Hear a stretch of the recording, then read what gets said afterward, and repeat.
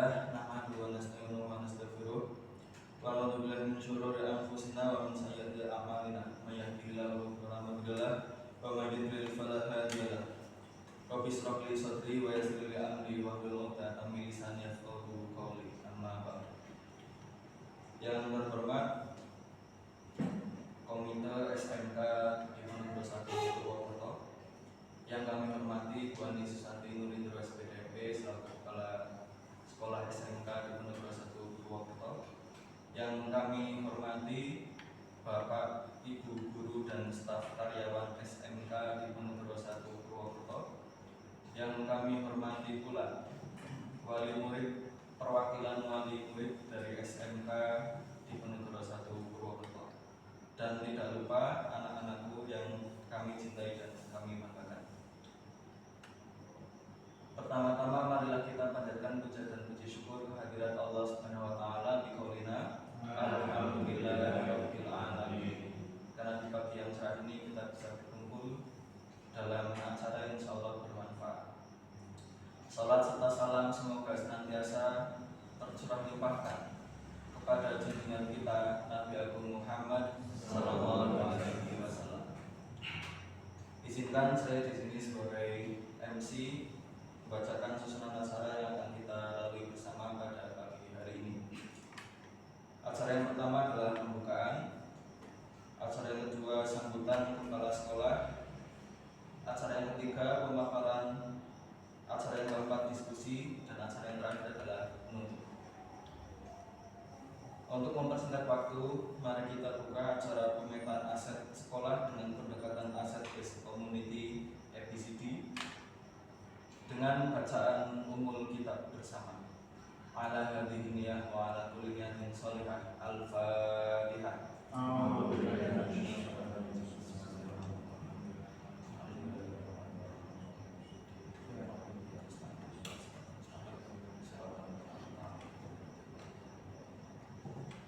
Alhamdulillah, acara sudah kita buka. Semoga acara pada pagi hari ini hingga selesai nanti tidak ada halangan suatu apapun dan berjalan dengan lancar dan menghasilkan sesuatu yang bermanfaat. Selanjutnya sambutan kepala sekolah kepada Ibu Ani Susanti Nurindro SPDP, disilakan. Bismillahirrahmanirrahim. Assalamualaikum warahmatullahi wabarakatuh. Waalaikumsalam warahmatullahi wabarakatuh. Yang saya hormati Komite SMK Diponegoro 1 Purwokerto, yang saya hormati wali murid, siswa SMK Diponegoro 1 Purwokerto, yang saya hormati pula guru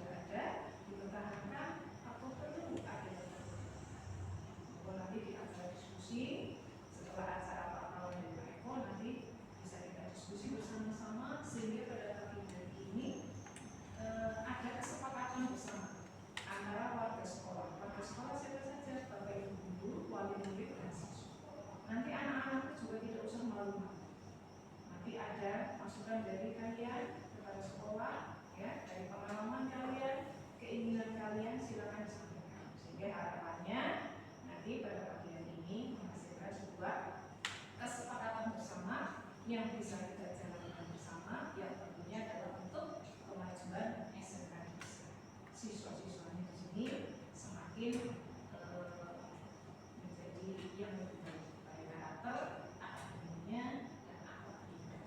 Oke. Kemudian nanti mohon bantuannya sebelum nanti Pak Eko paparan dulu, kemudian setelah Pak Eko paparan dengan ilmu yang dimiliki oleh Pak Eko yaitu tentang pemetaan aset sekolah dengan pendekatan ABCD. Setelah Pak Eko nanti disambung, mohon minta bantuannya Pak Beli, ya, hanya menampilkan visi misinya saja. Nanti setelah itu kita sinkronkan visi misi kita di awal tahun dengan keilmuan yang Pak Eko miliki. Setelah itu nanti kita diskusi bersama-sama. Nanti hasilnya adalah berdasarkan ilmu. Oke. Kemudian mungkin itu aja dulu Pak Eko dan Bapak Ibu semuanya untuk mengawali nanti lebih nanti kita lanjutkan acara diskusi.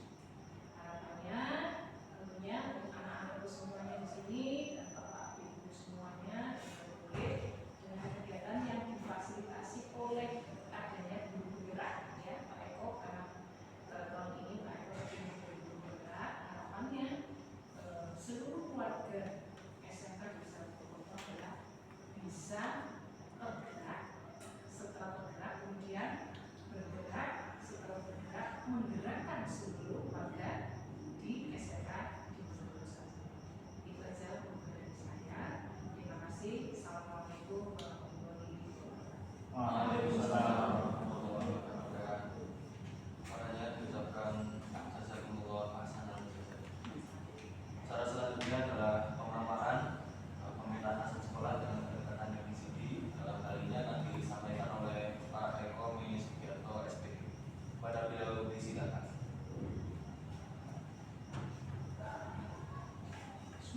Assalamualaikum warahmatullahi wabarakatuh. Waalaikumsalam warahmatullahi wabarakatuh. Yang saya hormati Ibu Ani Sundarendra selaku Kepala SMK Pondok Purwokerto, Bapak Ibu guru dan rekan sejawat yang sudah menyempatkan waktunya, serta tak lupa untuk Bu Ani selaku Kepala dari Komite dan ibunya Mbak Osha, Mas Osha dan Mbak Lutfi yang sudah bersedia dan berkenan menyempatkan waktunya juga. Saya ucapkan sekali lagi terima kasih yang amat sangat dari kami. Dan anak-anak kelas 12 juga terima kasih sudah berpartisipasi di sini. Harapannya bisa berpartisipasi secara aktif juga. Bapak dan Ibu, izin untuk menyampaikan sedikit sebelum masuk ke pemaparan. Alhamdulillah, saya sekarang sedang berada di modul terakhir dari program Guru Penggerak yang insya Allah selesai di bulan Desember besok. Nah, program ini memang materinya cukup lumayan kepada Ibu. Nah, arahnya itu adalah ke perbaikan sekolah tentunya. Tapi sekali lagi mungkin yang perlu saya sampaikan kepada Bapak Ibu guru semua, terutama para rekan-rekan saya sekalian, saya itu meskipun saya belajar, saya masih tetap sama, guru yang sama. Jadi jangan sampai Bapak dan Ibu merasa terbebani, terbedakan atau apa. Saya masih Pak Eko yang sama seperti yang biasanya. Jadi harapannya hanya berbedanya saya sudah belajar sedikit dan nanti kita akan belajar bersama-sama setiap apa yang sudah saya pelajari di modul-modul Guru Penggerak seperti itu. Izin pagi Bu Ani, Bapak dan Ibu, sebelum masuk ke materi diskusi, saya akan berikan gambaran sedikit nanti apa yang akan kita bahas setelah pada materi diskusi. Pak Galih mohon izin untuk dilanjutkan. Ya, kegiatan hari ini Bapak dan Ibu tujuannya yang pertama adalah nantinya dengan pemetaan aset sekolah ini dengan pendekatan asset based community development atau ABCD itu. Nanti harapannya kita, jadi saya sebut kita karena di sini adalah komunitas SMK di Purwokerto, komunitas SMK di Pusat. Di mana yang namanya komunitas itu anggotanya ya kami guru, Ibu Ani selaku kepala, anak-anak saya selaku siswa, Bapak Ibu wali murid, bahkan termasuk juga di sini komite dan dinas-dinas terkait yang berinteraksi secara langsung dengan sekolah. Dalam hal ini karena kita SMK nanti juga kaitannya dengan dunia industri dan dunia usaha yang diwakili oleh Waka Humas atau Waka Judi seperti itu. Nah, jadi nanti harapannya setelah pemetaan ini kita akan mengetahui yang pertama posisi kita, posisi sekolah kita itu di mana sekarang. Kita dalam target kita ke depan, saya di titik mana awalannya. Nanti kita akan tahu, oh sekolah kita itu kalau mau ke sana sekarang lagi di sini. Seperti itu, oke. Jadi tahu titik startnya mana, persiapannya itu bisa kita siapkan bersama-sama. Kemudian yang kedua mengenai potensi. nanti Bapak dan Ibu kita akan membahas masing-masing komponen yang ada di sekolah kita. Mulai dari Bapak Ibu guru, dari Ibu Kepala, Bapak Ibu guru, potensinya apa, termasuk wali murid, potensinya apa yang bisa dikembangkan untuk mendukung sekolah. Nah, seperti itu. Termasuk juga anak-anak kami, anak-anak Bapak Ibu sekalian. Mereka punya potensi. Nah, potensinya itu apa? Nanti kita kembangkan di sini. Kemudian yang ketiga nanti mengetahui kekuatan atau aset yang dimiliki. Nah ini aset ini bukan suara tangan, maksud aset di sini adalah kelebihan apa sih, modal apa sih yang kita miliki seperti itu. Masih erat kaitannya dengan yang nomor 2, yang potensi tadi.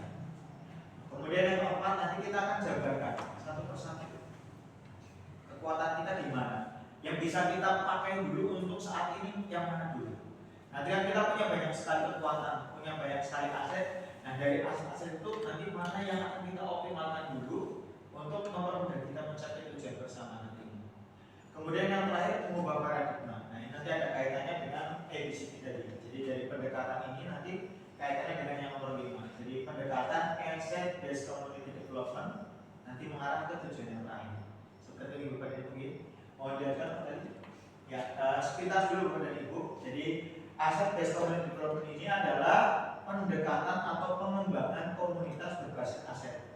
Jadi ini pendekatan yang dipakai untuk mengembangkan komunitas. Dalam hal ini komunitas sekolah. Jadi pendekatan yang kita pakai untuk mengembangkan sekolah kita. Gampangnya seperti itu. Nah, disingkat kalau dalam bahasa Indonesia itu PKBA, pengembangan komunitas berbasis aset. Nah, ini muncul karena apa Bapak dan Ibu? Hampir dominan di masyarakat kita itu, orang-orang Indonesia itu, yang muncul itu adalah pendekatan konvensional Bapak dan Ibu. Jadi pendekatan konvensional bagaimana? Biasanya pendekatan itu berbasis masalah. Karena masalah apa ini? Ini ada masalah apa ini? Misalkan anak-anak terlambat, itu masalah. Masalah betul Bapak Ibu? Anak-anak tidak mau bangun pagi, masalah. Nah ini yang dilihat itu masalahnya. Bukan pendekatan pada asetnya. Padahal kalau pendekatannya aset nanti bisa arahnya masalahnya sama, tapi sudut pandang permasalahannya akan berbeda. Jadi misalkan anak bangun terlambat, berangkat sekolah terlambat, ini masalah. Nah ini pendekatan yang umum. Bapak Ibu betul-betul. Kalau misalkan putranya bangun jam 5:30 baru bangun, yang pertama dipikirkan kalimatnya apa? Bangun kesiangan atau anak sudah bangun tidur? Kalimatnya mana kira-kira? Bu Ali, bangun kesiangan. Ibunya masa suami, ini kawanan gitu. Nah, padahal kalau kita pakai asset based development tadi, kalimat bangun kesiangan itu bisa kita lihat dari sisi yang lain. Sisi yang lain bagaimana? Alhamdulillah anak saya sudah bangun untuk berangkat sekolah, walaupun bangunnya masih setengah 6. Nah, yang diinginkan kan bangunnya jam berapa Ibu? Kalau Masya? Jam 5. Harusnya jam 5, gitu kan? Nah, kalau yang pendekatan konvensional tadi, mesti mikirnya gini, ini bangunnya terlambat. Besok bukan sih, besok harus balik besok gitu kan? Pendekatannya nanti bawaannya emosi. Emosi berbeda-beda Bu. Kalau larinya bangun kesiangan. Nah, tapi kalau PKBA, pendekatannya lain Bu. Yang kita lihat lain. Jadi yang kita lihat seperti ini. Alhamdulillah anak saya sudah bangun untuk berangkat sekolah, tapi masih setengah 6. Bismillah besok harus bangun setengah 5. Apa yang bisa kita kembangkan? Nah nanti ini asetnya apa? Misalkan asetnya kalau di rumah ada handphone bisa untuk alarm, ada bapaknya yang berangkat subuhan, ada adiknya dan sebagainya. Itu nanti asetnya yang kita lihat. Nah nanti aset itu yang kita berdayakan agar si anak tadi bisa bangun lebih. Jadi bukan melihat terlambatnya, sama hasilnya, tapi pendekatannya yang berbeda. Maka di Bapak dan Ibu ini, oke, saya mau lanjut Pak tadi. Nah ini gambaran basis perbandingannya. Jadi biasanya kita fokusnya sama masalahnya. Bangun kesiangan itu masalahnya. Nah ini kita coba fokus pada asetnya. Asetnya satu sudah mau bangun tadi misalkan. Sama kalau kita sebagai guru, kalau fokusnya ada masalah, anak masih terlambat. Aset atau fokus asetnya walaupun terlambat masih mau berangkat sekolah, alhamdulillah. Bayangkan kalau nggak mau berangkat sekolah, alhamdulillah masih punya niatan untuk sekolah. Nah itu asetnya kita. Misalkan si A ya sering bolosan, kliwon berangkatnya, itu kan masalah kalau kita lihat masalahnya. Kalau kita basicnya aset, meskipun belum full 1 minggu, dia sudah mau berangkat sekolah, ada niat untuk sekolah.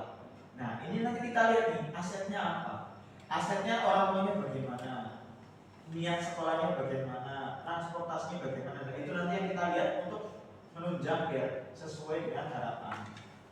Atau kedua, berputar pada masalah utama. Nah ini tadi, kalau kita basicnya berputar pada masalah, pasti kalau kita ngomongin anak terlambat, kamu terlambat, besok jangan lambat ini. Kata terlambat itu akan terulang-ulang terus.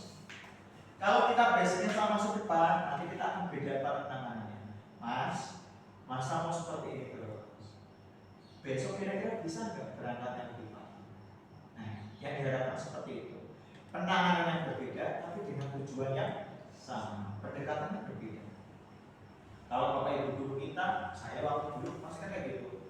Kita terlambat di depan aja udah ada Bapak guru yang bawa tongkat zaman kita SD gitu Ibu, tuding ya. Ayo kok, mana sudah tahu gitu kan. Saya juga sama dulu. Bapak Ibu guru saya dulu seperti itu. Kalau saya udah terlambat pada sekolahannya, saya berangkatnya dari bawah naik ke atas Bu. Waduh, semua terlambat. Nah, dan sebagainya. Nah, ini harapannya pendekatan tidak seperti itu.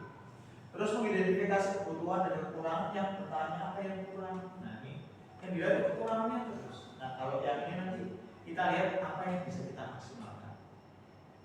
Fokus mencari bantuan dari sponsor. Nanti kalau kita orientasinya adalah apa yang bisa kita optimalkan. Yang kita punya dulu lah. Kita punya apa? Kita kembangkan. Kemudian merancang program biasanya hanya untuk menyelesaikan masalah. Misalkan tadi rencana gerakan dilarang terlambat. Nah, itu hanya untuk menyelesaikan masalah keterlambatan. Tapi nanti kita akan merancang rencana sesuai dengan kekuatan kita. Kita kuatnya apa? Kita punya kemampuan apa? Kita akan ke sana. Nanti kemudian atau yang terakhir, mengatur kelompok dapat pelaksanaan proyek. Kalau nanti kita orientasinya adalah kita berkelompok, tapi untuk menjalankan sesuatu yang sudah kita laksanakan. Jadi kelompoknya kita bentuk dulu untuk menjalankan sesuatu yang kita laksanakan. Bukan ada masalah dulu baru kita buat kelompok untuk menyelesaikan permasalahan. Seperti itu Bapak Ibu, ini gambaran perbandingannya yang muncul kenapa muncul adanya paradigma ABCD ini.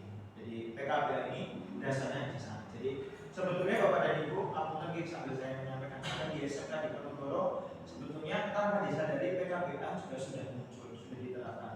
Bapak Ibu guru yang sering menangani siswa juga sudah mulai mengatakan seperti ini. Kalau ada anak-anak yang kurang termotivasi juga sebetulnya sudah orientasi ke PKBA. Bukan ke masalah dia, tapi kita mencari apa yang bisa kita selesaikan. Sudah seperti itu. Namun hari ini kita coba untuk menguatkan seperti itu Bapak dan Ibu. Lanjut mohon kali. Jadi sepintas Bapak dan Ibu tentang PKBA. Nah kemudian ini karakter komunitas yang sehat. Ini harapannya nanti bisa jadi karakter SMK di Ponorogo juga, harapannya sudah seperti ini. Jadi ini dari diambil atau terujuk dari Bank of Ideas yang karya saya lupa pengarangnya dari sini ya. Oh enggak, saya tulis ya. Saya lupa siapa pengarangnya. Jadi dari Bank of Ideas. Di sini ada karakteristik dari komunitas yang ideal atau komunitas sekolah yang ideal. Yang pertama, mempraktekkan dialog berkelanjutan dan partisipasi anggota masyarakat. Sebetulnya Bapak dan Ibu kita sudah sering berinteraksi dengan wali murid, walaupun mungkin lewat wali kelas atau lewat pertemuan awal tahun masih sekedar seperti itu. Nah, atau kali ini kita coba menghadirkan wali murid lagi dan kaitannya dengan dialog terhadap perkembangan sekolah. Jadi nomor satu usahanya salah satunya adalah yang hari ini. Kemudian kedua, menumbuhkan komitmen terhadap sekolah. Bapak dan Ibu semuanya dan anak-anakku sekalian. Jadi yang namanya sekolah itu akan jadi bagus, akan jadi baik, bukan hanya karena Bapak dan Ibu guru saja. Harus ada peran serta wali murid, peran serta komite, dan tentunya adalah peran aktif anak-anakku sekalian. Jadi nggak akan yang namanya SMK di Ponorogo ini akan maju kalau anak-anak juga tidak termotivasi. Anak-anak juga harus termotivasi, Bapak Ibu di rumah juga harus mendukung. Dan Bapak Ibu guru yang di sini yang jadi roda utama juga harus semangat. Kemudian yang ketiga, membangun koneksi dan kolaborasi. Nah, ini salah satu usaha untuk menguatkan koneksi dan kolaborasi. Karena yang namanya komunitas aja, termasuk di luar sekolah. Nah ini juga salah satu alasan melakukan gini Bapak dan Ibu-ibu sekalian, yang kita undang adalah yang di sekitar Karangtengah, karena ini kaitannya dengan membangun koneksi dan kolaborasi dengan masyarakat Karangtengah utamanya. Kemudian yang keempat ini yang kita targetkan hari ini, jadi mengenal dirinya sendiri dan membangun aset yang ada. Jadi nanti kita akan menggali aset kita di dalam itu apa yang kita punya. Yang kelima menjadi masa depan, nanti kalian ada visi misi. Kemudian yang keenam bertindak dengan obsesi ide dan peluang. Jadi nanti setelah dari visi misi nanti kita punya obsesi atau punya harapan, punya tekad untuk mengembangkan apa yang kita impikan. Yang ketujuh, merangkul perubahan dan tanggung jawab. Ini kaitannya Bapak dan Ibu guru, Bapak Ibu di rumah, Bapak Ibu dari komite keuangan dan anak-anak. Yang nomor 7 itu maksudnya adalah kita harus siap dengan yang namanya perubahan. Karena nantinya kita akan terus bergerak menuju ke perubahan yang lebih baik. SMK di Ponorogo harapannya tahun depan tidak hanya seperti ini, harus lebih baik daripada tahun ini. Tahun depannya lagi juga sama, terus berkembang terus. Jumlah peserta ini sudah berkembang, maka nanti ke depan kualitas belajar juga berkembang dan. Dan yang terakhir nanti menghasilkan program kepemimpinan. Kepemimpinan di sini Bapak dan Ibu dan anak-anak sekalian, bukan masalah kepemimpinan dari segi guru, bukan, tapi di sini lebih menekankan pada kepemimpinan murid. Jadi anak-anakku sekalian, yang namanya komunitas sekolah itu yang paling baik adalah komunitas yang mampu menghasilkan lulusan yang mempunyai nilai-nilai kepemimpinan murid. Nilai-nilai kepemimpinan murid itu yang bagaimana? Ada 3 karakter anak-anakku. 1, voice, suara. Jadi kalian itu harus mampu menyuarakan sesuatu. Ya, jadi kalian harus mampu menyuarakan sesuatu. Itu minimal itu. Yang kedua, choice atau pilihan. Sekolah itu harus memberikan kalian pilihan. Baik itu misalkan seperti pilihan ekstrakurikuler, pilihan program kegiatan, atau pilihan mengembangkan bakat yang kalian miliki, itu juga masuk adalah pilihan. Dan yang terakhir adalah student agency atau kepemimpinan. Nah ini yang nomor 8 ini. Artinya kalian nanti harus punya peran sebagai pemimpin di komunitas siswa. Baik itu dalam kegiatan, dalam kelas, dalam pembelajaran, kalian harus punya peran itu. Bisa motivate temannya, bisa memandu diskusi dan sebagainya. Ya, oke. Lanjut Pak Dari. Sampai di sini mungkin Bapak Ibu ada yang mau ditanyakan dari penjelasan tadi. Sudah ada gambaran ini yang akan kita bahas. Nah, ini kita masuk ke tujuan sekolah atau 7 modal sekolah. Nah, ini yang akan kita bahas Bapak dan Ibu. Ada 7 modal yang kaitannya dengan sekolah yang bisa kita kembangkan untuk mendukung PKBA tadi dan untuk mendukung terwujudnya sekolah impian. Saya menyebutnya seperti itu. Karena tentunya kita punya bayangan SMK di masa depan yang sesuai dengan impian kita masing-masing. Yang pertama modal manusia Bapak Ibu. Modal manusia ini adalah setiap manusia yang berinteraksi dengan sekolah.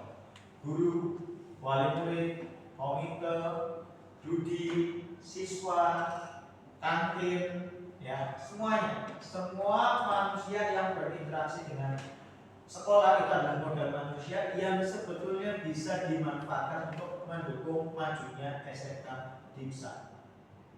Kemudian yang kedua, modal sosial. Modal sosial itu adalah semua jejaring sosial, itu juga jelas masuk yang modal sosial. Kemudian norma dan nilai. Nah, norma dan nilai itu hubungan dengan masyarakat, ya, nilai-nilai dengan masyarakat, interaksi dengan masyarakat sekitar, terutamanya Karangtengah.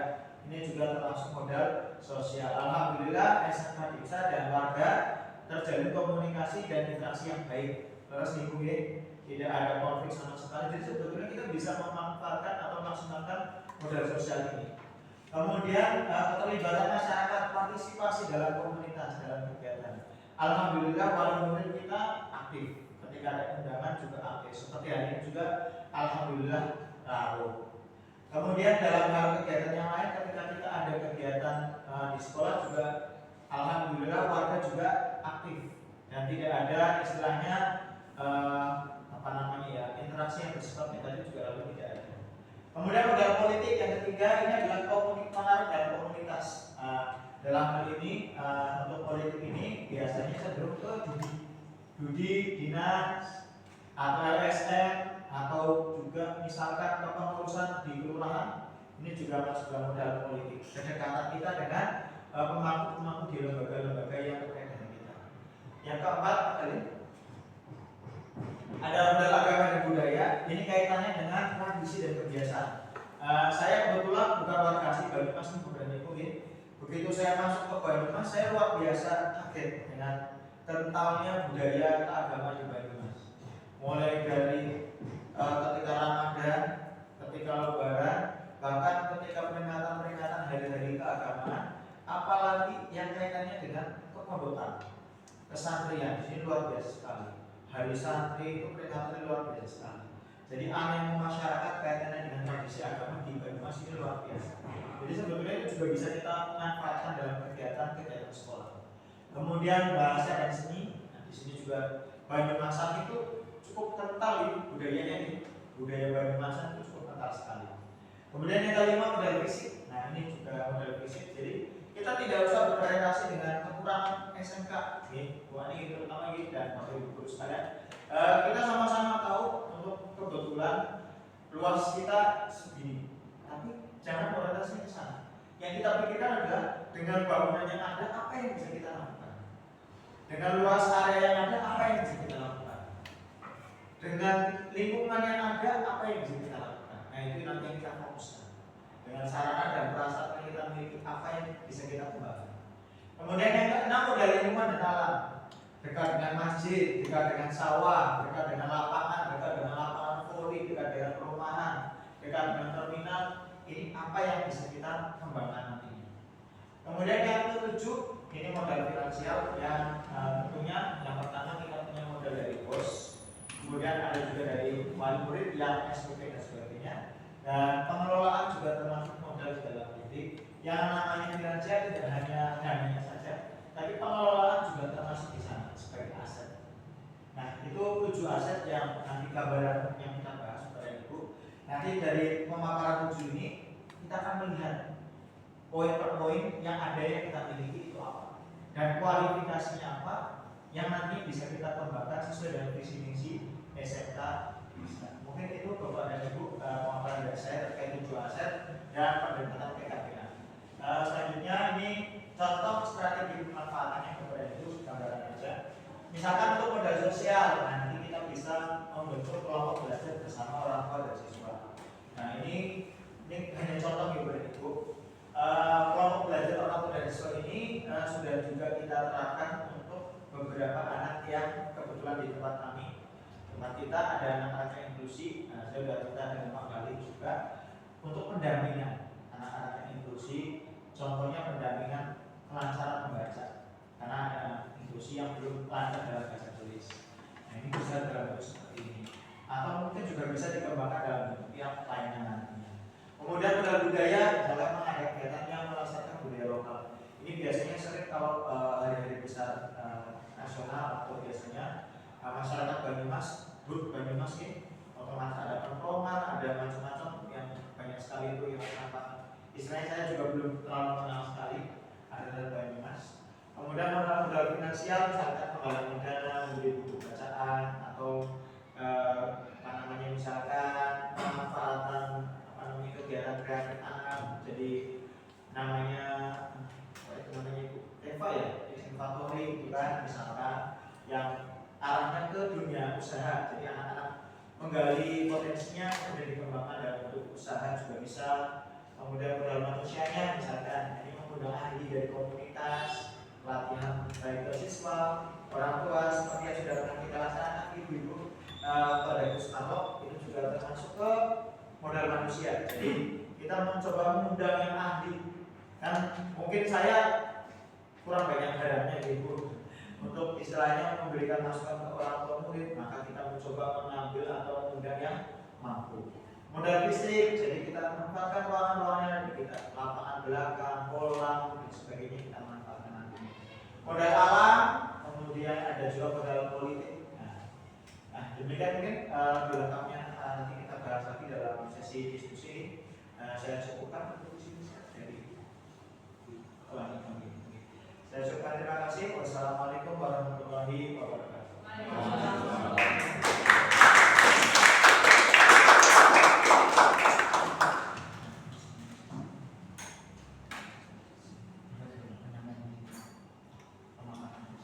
Terima kasih kami ucapkan kepada Pak Eko atas pemaparan yang sangat luar biasa nih Bapak Ibu. Sudah saya kasih. Selanjutnya adalah pemaparan visi dan misi yang akan disampaikan oleh Ibu Ani selaku Kepala Sekolah. Sudah beliau disilakan.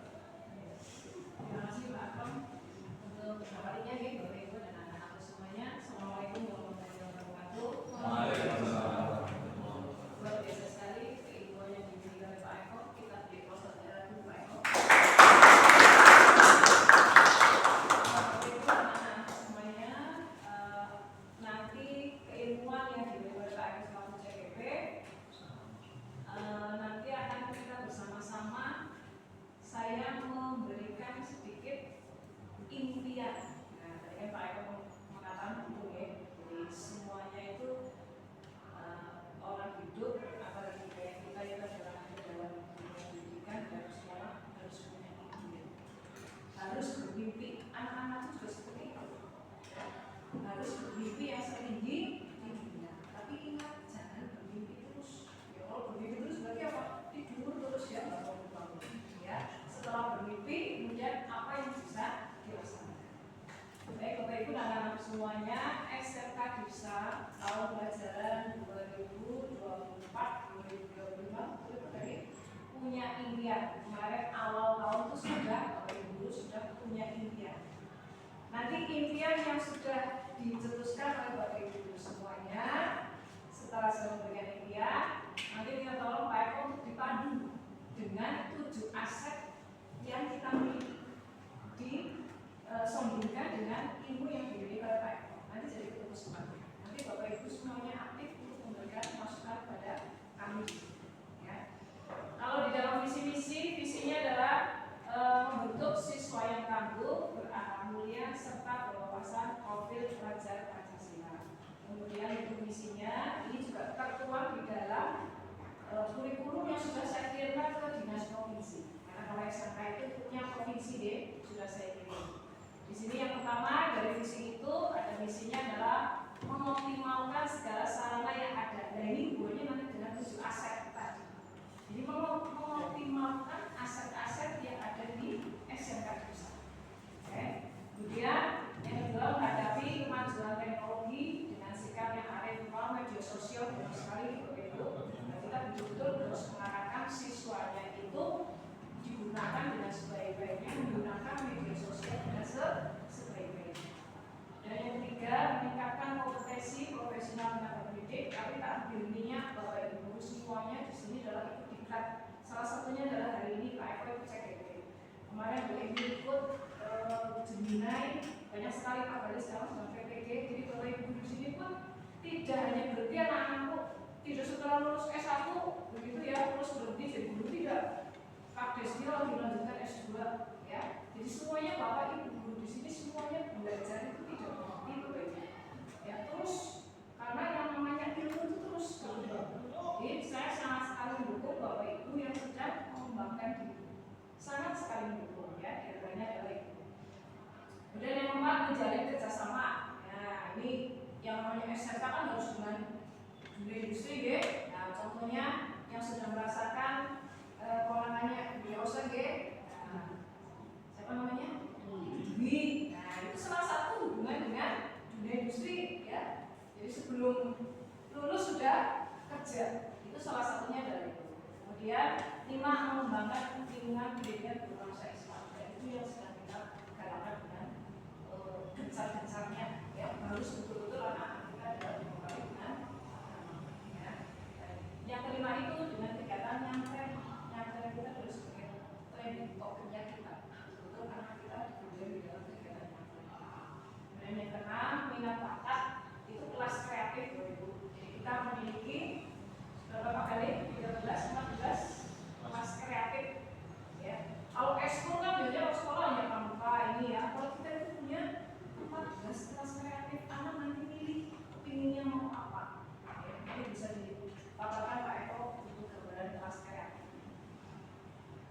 impian dari Bapak Ibu semuanya. Nanti untuk secara teknisnya impian-impian itu bisa dicantumkan, dipaparkan di dalam salah satunya dalam kegiatan yang tren, kelas kreatif, ya. Kemudian nanti ada uji kompetensi dan tahun ini yang kami impikan adalah teaching factory.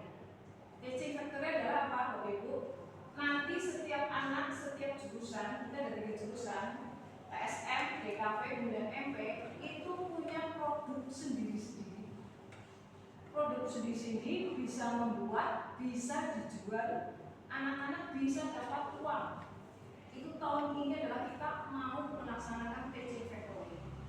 Salah satunya kemarin kita sudah mengirimkan Pak Galih dan Bu Ambar ikut diklat di SMK Negeri 1, SMK Negeri 3 Banyumas. Di situ adalah bagaimana kita bisa SMK kita melaksanakan teaching factory. Tindak lanjut dari diklat kemarin Pak Galih dan Bu Ambar, nanti bulan Januari Bapak Ibu dan wali murid dan anak-anakku semuanya, Bapak Ibu guru nanti mau studi tiru ke Solo Tigo. Tempatnya SMK-nya Pak Ikan, SMK Saraswati yang dulunya SMK kecil, sekarang sudah siswanya beribu-ribu karena apa? Melaksanakan teaching factory. Jadi tahun ini kita mau menggunakan teaching factory. Jadi anak-anak betul diajari PSM caranya bagaimana menghasilkan dengan Pak Guru, dan sudah dimulai oleh Pak Guru dengan produk-produk yang nantinya bisa dijual. Anak nanti dapat uang saku dan itu jual. Untuk awalnya nanti sekolah hanya memfasilitasi saja. Yang penting anak nanti bisa menghasilkan uang. Kalau kita tahun 50.000 dan sebagainya mereka sudah bayar. Ya, sekolah kan bisa menghasilkan sekolah. Nanti MP bentuknya apa? DKP nanti apakah bisa sendiri. Itu impian saya tahun ini adalah nanti terbentuk adanya teaching factory di SMK dan di Bosok. Di setiap jurusan nanti bikin sendiri, nanti kita tahu sekali. Kemudian untuk aset-aset nanti bisa dipaparkan sedikit kayak gambaran kita punyanya apa nih di sini, punyanya apa dan sebagainya. Kalau lahan kita masih luas gitu, itu sudah tahu dan belakang itu masih sangat luas. Namun dana yang belum ada, makanya kita kepingin tahun ini mau action teaching factory. Setelah kita anak-anaknya nanti action dengan teaching factory, 2 anaknya sudah bisa menghasilkan ini, nanti ada bantuan dari itu di grup. Ya, karena sudah ada betul-betul anak-anak ini sudah menghasilkan sebuah barang.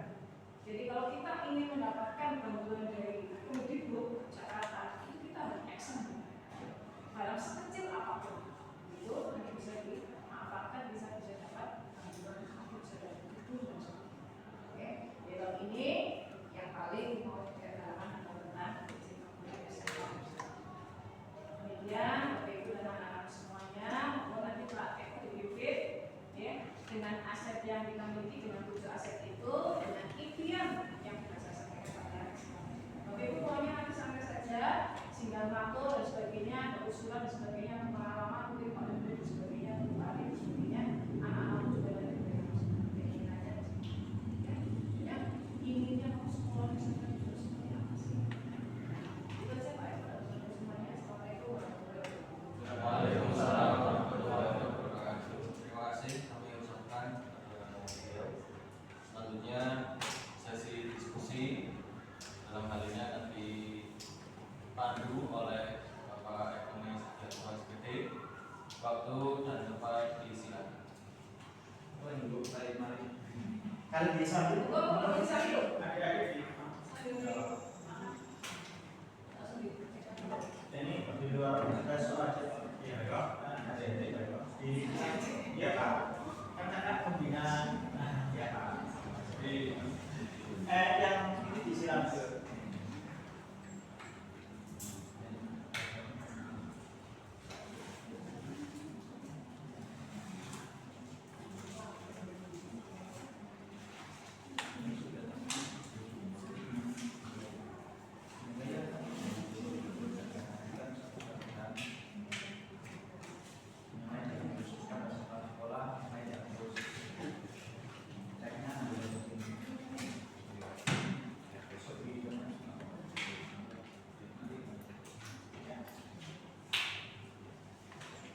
Assalamualaikum warahmatullahi wabarakatuh.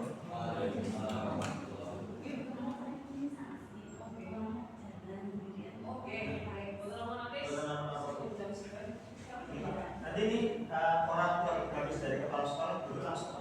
jadi nanti saya nanya ibu nanti kalau misalnya jam 4 Oke, nanti dijolokkan acara yang jam berapa sih Bu?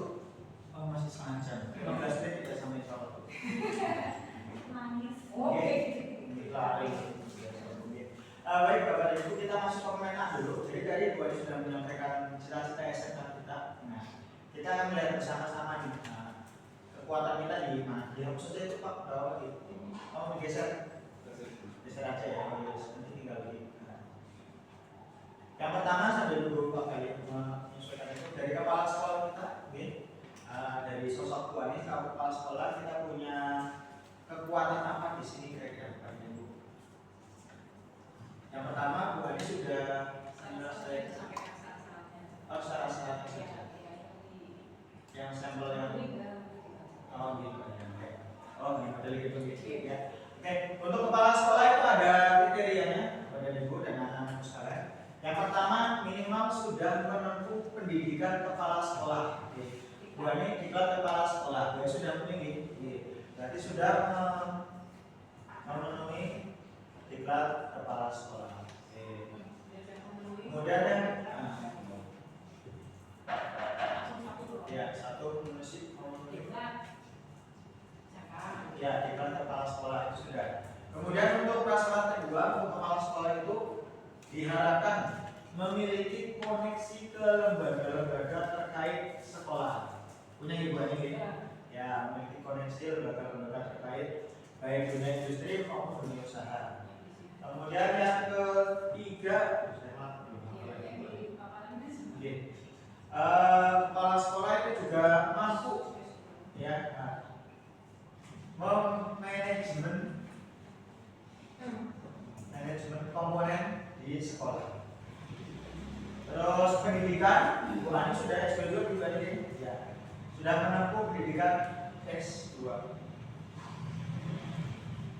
Itu untuk beberapa kekuatan atau aset yang dimiliki Bu Ani selaku kepala SMK Guru 1 Purwokerto. Ada tambahan kepada Ibu terkait dengan kompetensi kepala sekolah? Cukup? Cukup ya? Oke. Yang kedua kita langsung ke guru dulu. Slide berikutnya coba dari Pak Galih. Bisa nanti. Ya, kita lihat. Nah, bisa diikuti yang kepala sekolah ini sebenarnya diganti untuk yang ini.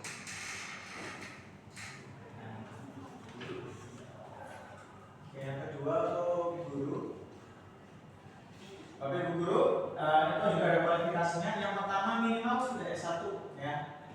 Di SMK Dipsa berarti sudah 98% guru S1 ya, berarti sudah terpenuhi. Kemudian yang kedua sekitar berarti berapa? 40% ya Bu ya yang sudah sertifikasi ya. Sudah menempuh sertifikasi menempuh program keprofesian. Minimal S1, kemudian 90%, 40% sudah menempuh pendidikan keprofesian.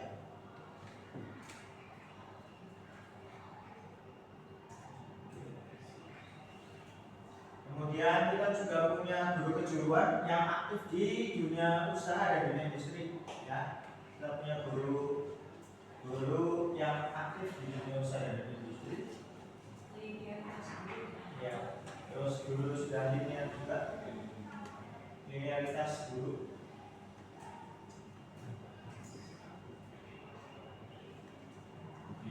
Ya. Sambil dipadu yang saya kirimkan Pak Ron, saya lewat karena handphone saya Pak untuk merekam. Oh iya, saya mengikat. Iya, oke. Ada kelewatan nih. Yang kepala sekolah dulu Pak Galih tadi.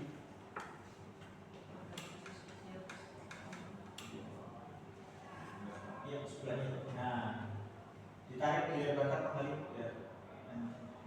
Nah, rata kiri kan di atas itu aktif ya, aktif di MKKS dan FK2SS. Terus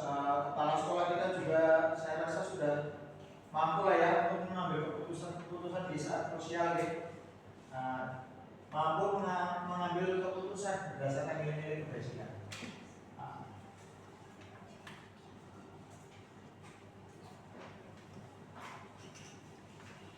Oke, terus tadi yang disampaikan Bapak juga bahwa ini kan mendukung Bapak Ibu guru untuk berkembang ya. Jadi kalau kepala sekolah juga mendukung pengembangan keprofesian guru. Mendukung pengembangan keprofesionalan guru.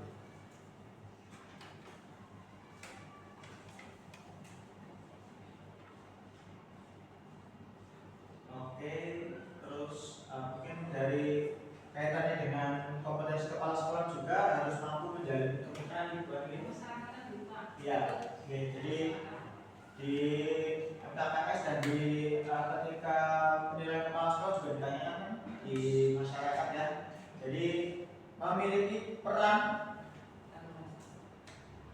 atau berperan aktif juga, berperan aktif di lingkungan masyarakat.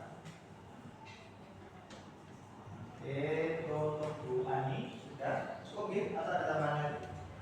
Cukup ya. Tadi yang guru, Bapak Ibu guru, yes, satu tadi sudah, statistik sudah, terus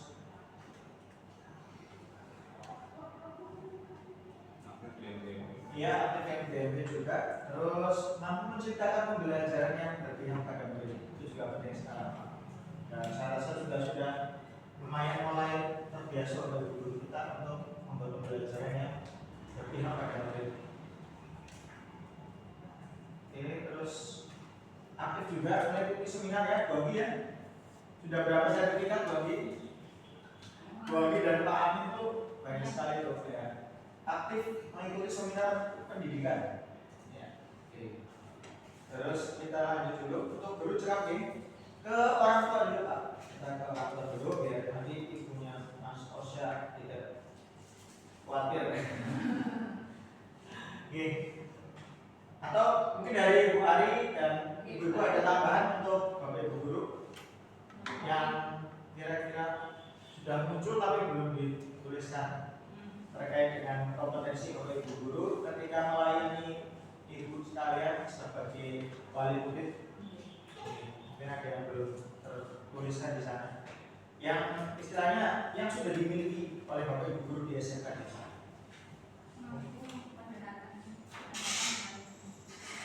Dengan siswa. Oh iya. Berarti memiliki kemampuan untuk mendekatkan dengan siswa dan orang tua ya. Oh iya. Oke.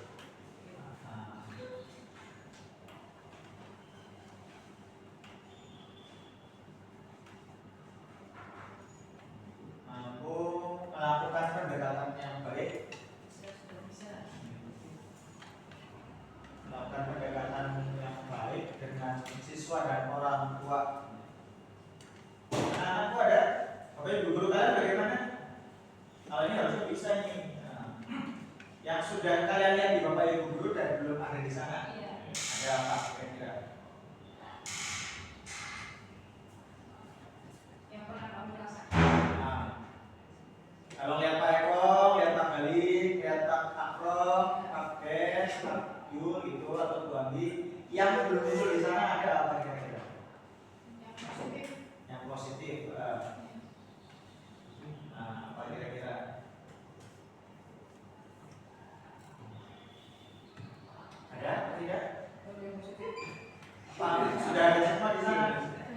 Sudah ada semua ya? Semua lagi Pak, kayaknya masih ada untuk Bapak Ibu guru. Apa ya istilahnya? Memegang bukan. Kita kan cukup tegas dalam kedisiplinan itu ya. Ya nggak sih? Iya. Berarti Bapak Ibu guru itu sudah mampu menekankan nilai-nilai kedisiplinan. Ya, menekankan nilai-nilai kedisiplinan atau menerapkan nilai-nilai kedisiplinan di sekolah.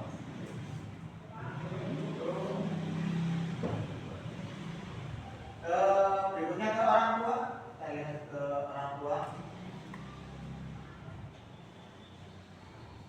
Yang berikutnya aja dibuka. Itu udah dekat ya. Kita ke orang tua.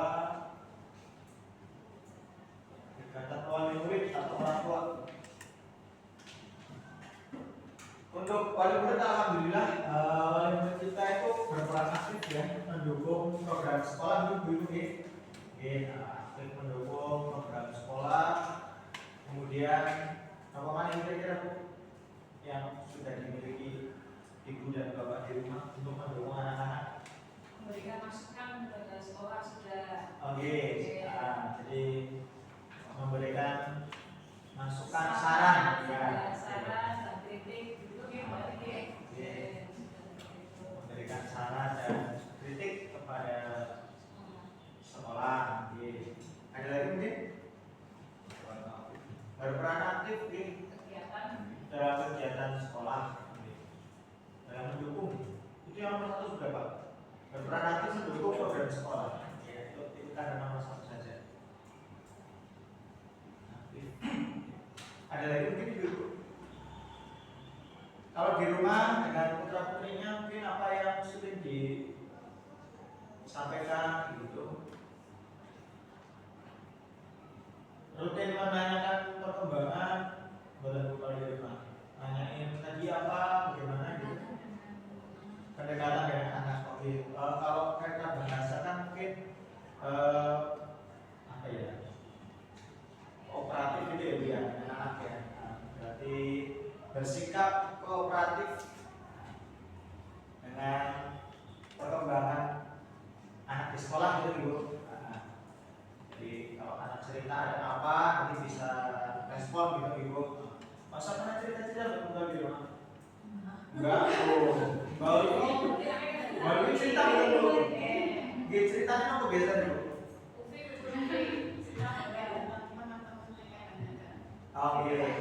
Itu biasanya gimana Bu kalau cerita tentang teman-temannya Bu biasanya Bu? Di nasihati lalu yuk serang kamu gitu gimana Bu? Menjadi teman aja untuk anak. Berarti sering memotivasi juga Ibu ya. Jadi memotivasi anak di rumah, memberikan saran ketika anak dapat permasalahan di sekolah juga gitu. Itu luar biasa punya Mbak Ulfi sama Mas Kosya. Utang dulu. Saya sering bertukar-tukar.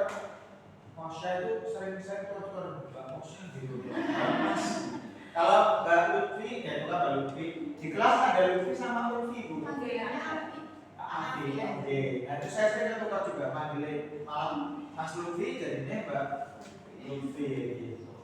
Aku kan Ibu gitu, ada keselewaan gitu. Ada lagi mungkin yang orang tua dari Ani mungkin Pak Des lagi yang terkait dengan orang tua kita atau anak Bapak Ibu kalian di rumah bagaimana? Sering ngotak-ngotak atau bagaimana? Itu Andi gimana nih? Bapak sering ngapain dengan kamu? Sering memberikan motivasi. Memberikan motivasi, oke itu sudah berarti ya teman-teman ya. Ya oke. Nah, Mbak Ika gimana orang tua di rumah? Sama Pak sudah disebutkan. Setiap pulang sekolah selalu ditanyain gimana hasilnya.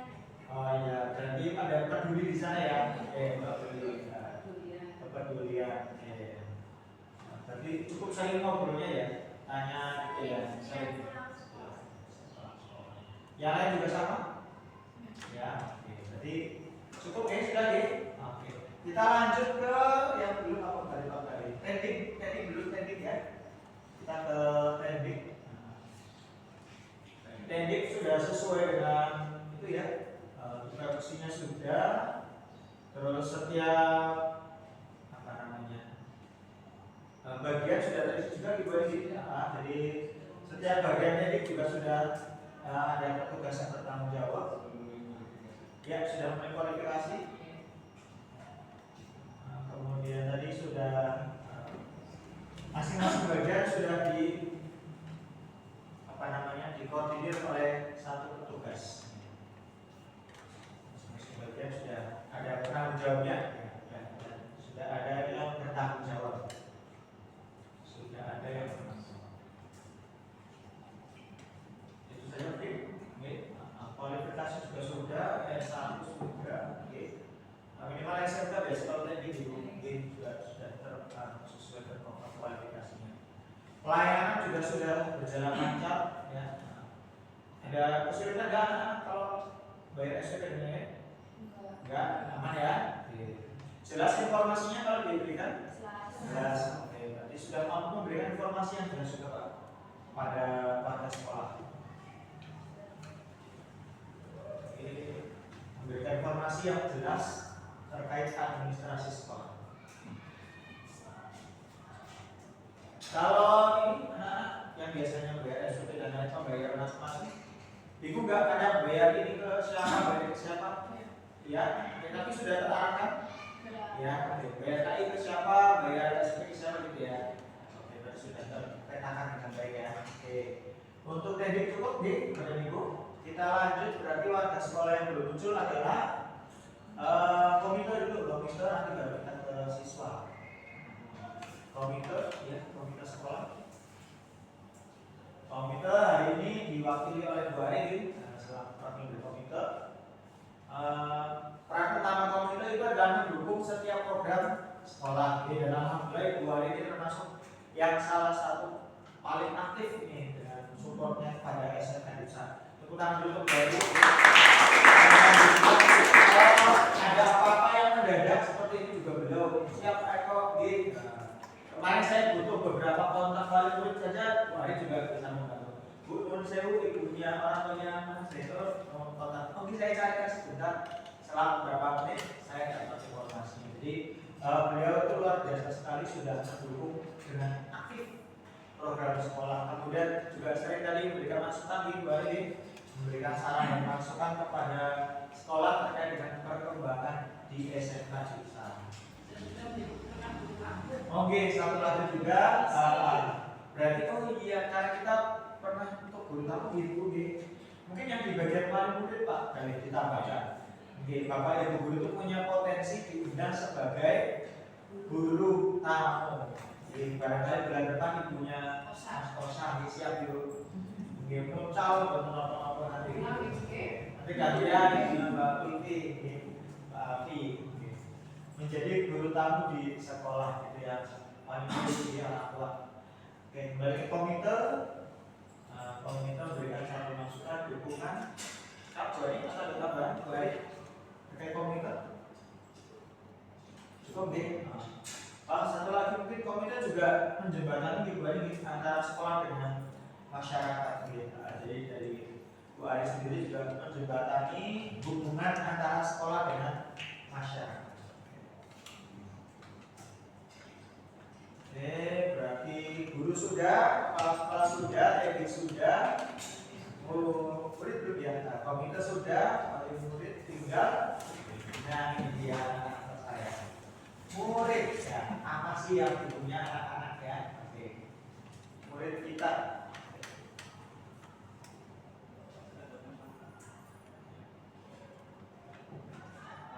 Murid kita. Oke. Kalian punya apa sih anak-anakku?